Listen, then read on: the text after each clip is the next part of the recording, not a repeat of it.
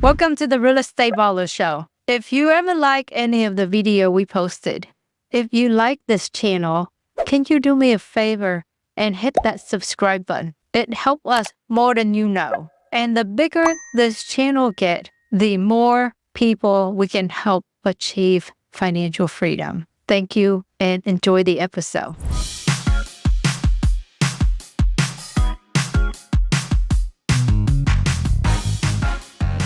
How does someone get knowledgeable like you? Because this is like next level investing. Yeah.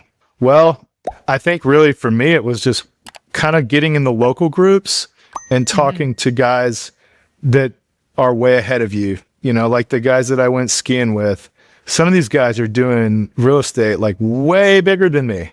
And by just having a good attitude, going to the meetings, being willing to meet people, being friendly, and telling your story. That's another thing. If you tell your story, kind of like you're allowing me to do here, which I'm really thankful for, it's a great network opportunity. And someone might call me after this and say, Chris, you know, that's so cute. You have little apartments. I have 400 apartments. We should talk, you know? And then you find out, whoa, this guy has like, you know, he's a billionaire. He wants to talk to me about Houston because he doesn't have anything here. You just never know. And so it's those ideas. Every idea that I've gotten from here, I've gotten from talking to people in these little bars and groups and restaurants where they have meetups, and by just showing up and talking to them. And I say, well, hey, look, I got these rentals. What do you do with your rentals? Oh, okay. I didn't know that. If you can get their phone number or their social media, even better. You know, you be respectful of their time, but you call them sometimes. Hey, I heard you talking about this thing one time. How's that work? You know, what do you tell the bank when you're asking for this thing? What's that called? How do you ask them for that? How do you present yourself to the bank? You know, that was one thing that was huge when I talked to Eddie, and how do you present yourself to the bank? And he was like, well, you need a little booklet. It has all of your success stories. It has your tax return. It has all of your, you know, your credit history, before and after photos, because the bankers love that. They don't know who you are. And you need to be able to present yourself and show them, hey, this is who I am. This is what I know. This is my professional bio.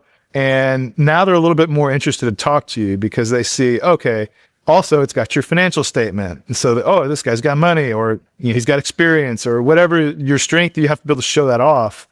And so I just learned that from other guys in the business. You know, Blake was another guy, that hard money lender. He taught me so much about how to work with the banks, how to get lines of credit. And it's not really formal education. It's more just like, I see other people doing stuff. I don't know how it works. I ask them how it works. They tell me, I don't quite understand it. I keep asking questions. When they run me off, I go find someone else that'll talk to me and ask with more questions. You know, eventually they become my friend if I don't run them off too much, you know.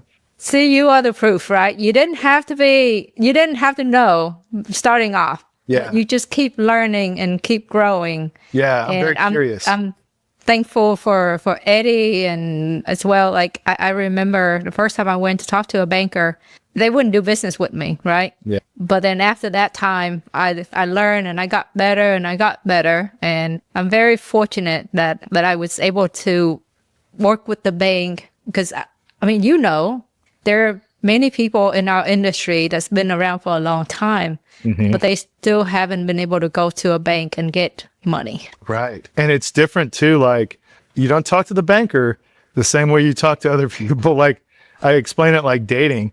When you're going on the first date, you don't tell them everything you're trying to talk about on the first date. You talk about nice things. And it's it's kind of the same way with the bank. You don't say, hey man, I'm looking for 100% loan. I don't want to put no money down. You know, you tell them, I'm a conservative business person.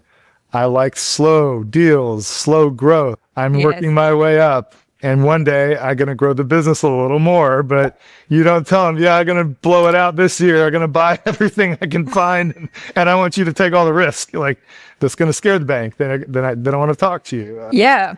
Banker don't like to take risk. Bank don't like to take risk either. No.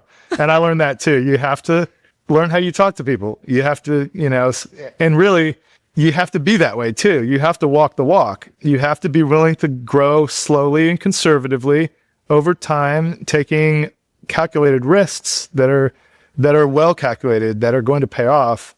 And yeah, it's interesting. You learn over time how to present yourself in a way that the other party's going to see it, they're going to like it, they're going to want to do business with you.